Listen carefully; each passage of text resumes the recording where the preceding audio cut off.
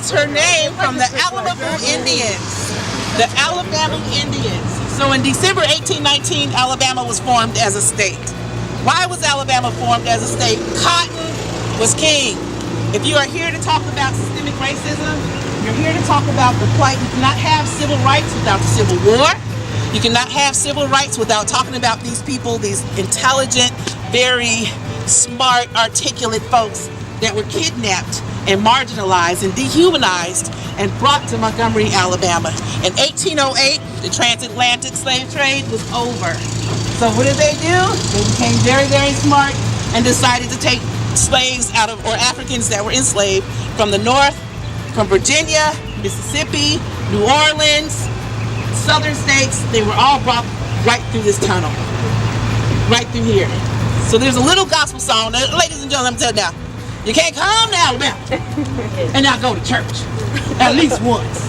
Because part of the civil rights movement was all about faith. It was all about resiliency. And so there's a little song that they used to sing. And I forgot to tell you that this is a participatory tour. So that means if I start singing, you gotta start singing. You ready? Okay, so there's a little song that they would sing. Africans were brought here and they could not be baptized in the same water as white people. So guess where they would go? To the river. So there's a little song that they would sing. Take me to the river. Take me to the river. Take me to the river to be baptized. Y'all got it? Yeah. We're going to sing it just one time. You ready? Yeah. Take me to the river. And if you want to get real churchy, take me to the river. Clap your hands. That's right. Take me to the river. To be what?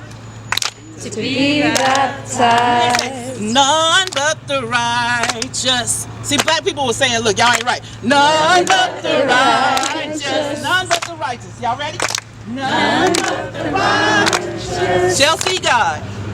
Shall see God. And then they would take, the pastor would take them and dip them and convert them over to Christianity. You can't come here and not talk about it. You can't come to Alabama and not talk about the fact that the Native Americans were forced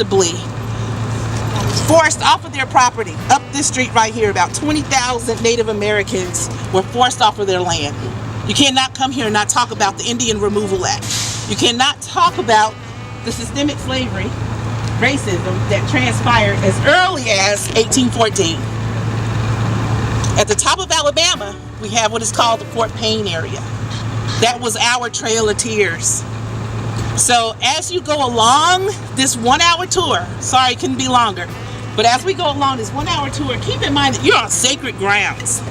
You're on grounds where blood was shed, that people died for the right to vote, the right to sit down and have a conversation with you, the right for us to just go to the same church. These are sacred grounds, and I want to welcome you to Montgomery, Alabama. And for your gift today, we are going to step on the Cleveland Avenue bus where Rosa Parks said, not today. Y'all ready? Yeah. To the bus.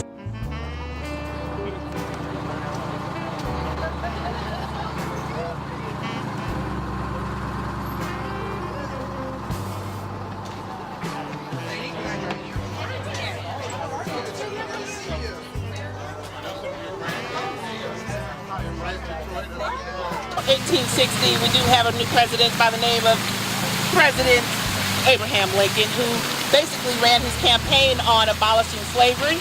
So I will tell you that there were some Southerners that were not happy about that situation. So basically right here on the the second floor of this building, that is where Jefferson Davis, the only president of the Confederacy, issued the telegram to fire on Fort Sumter. Get up old PGT Beauregard who said, listen, we gotta do something. So what we're gonna do is we're gonna fire on Fort Sumter to let them know that we are not playing. We are going to war. Okay? Directly across the street here is the first bank that funded the Civil War. So now, why did the Civil War start? Who would want to leave your antebellum homes if you had it for free? Who would want to leave your wet nurses if you had a babysitter and you didn't have to take care of them? Wouldn't you want to keep what you have? What if you didn't have to plant your own garden? You had somebody else to do it for you. Wouldn't you want to keep your peculiar institution? That is what they called it. So this is where this bank right here funded the Civil War in 1861. By the end of the Civil War, it was bankrupt for the simple fact that they didn't think that it was going to last as long as it did. And guess who owns it today? Okay, I'm going to see if y'all know. He put on a hat, and he put on his gun, he pulled out his gun, and he said, I believe in the Second Amendment. This gentleman is running for office. Roy Moore owns this building. And so the Klein Company, after the Civil War had ended, the Klein Company actually bought this building. But it's a beautiful building, and we also found out just here recently that there are tunnels that lead to the river. Yes, so let's go back to 1865. The war is over. We have freedmen. Let me see the freedmen. Come on now, we all free up in him today. Look at that brother right there, the blue suit right there, blue suit. He's a freedman. Ladies, just kidding. Okay, so basically, the freedmen, right? We have people that were free that had never been free, ever. I think I just went down. There we go. Had never been free ever. So what would you do? Would you even know how to act if for all your life, all you knew were to answer to people who owned you? What would you do? So you, black man, you're very handsome. You're a new free black man. So guess what? If I see you out here on these streets, I'm going to arrest you. Do you have a job? No. Do you have a place to stay? No. Guess what? Convict leasing. That is your sentence. I don't care if you did or didn't steal my cattle out of my yard. You're going to prison. And guess what? You need someone to till your grounds. Is that not right? You need somebody to plant your ground. This black man will be leased out to you, ma'am, for a month, 2 months, however long you need him. Convict leasing. EJI make a compelling argument that slavery never ended, simply evolved. Slavery by another name. Right here in Montgomery, Alabama. Cotton was not only king. Alabama was the 22nd state to join the Union, the 4th state to secede, and we were the richest, 1 out of 10, the richest states in the Union. Antebellum homes, businesses, construction, right? So basically, after 1866, right in this area here, you had the Emancipation Proclamation that went out that said that we were free. We had the 13th Amendment that basically said, you're free unless by punishment. We also had the evolution of black codes.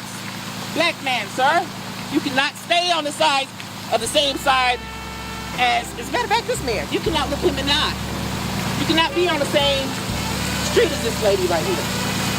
Can you imagine living your life, even though you're free, still having to be chained, still having to be marginalized, still having to be less than human? Let's fast forward. You cannot talk about the civil rights movement unless you talk about slavery. And that is what our city, our state, is built on slavery. So let's go on a little further. 1866, Emancipation Proclamation, there was a parade. Thousands of black people marched these streets happy and excited that they were free. Guess what? You take 200 steps forward, you take 400 steps back. Systemic racism. So, by another 100 years, let's say it's 1906. Follow me.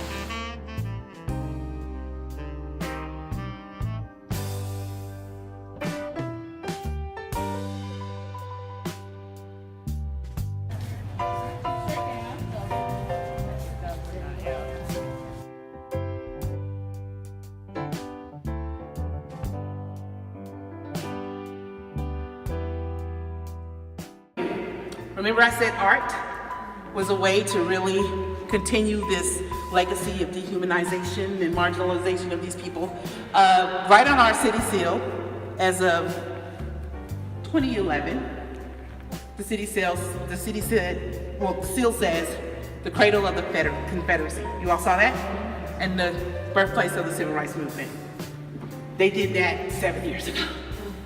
Not 10 years ago, not 20 years ago, not 30 or 40. Just a little less than 7 years ago. Very much still the cradle of the Confederacy. So you're more than welcome to take a picture here, and then after that, we're gonna get back on the bus and we're gonna continue and round out our tour because we don't have that much more time. Unfortunately, if we had more time, I would love to indulge you in more history.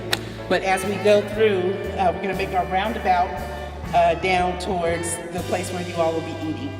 So go ahead and take your pictures if you like, and then we can go right on back out.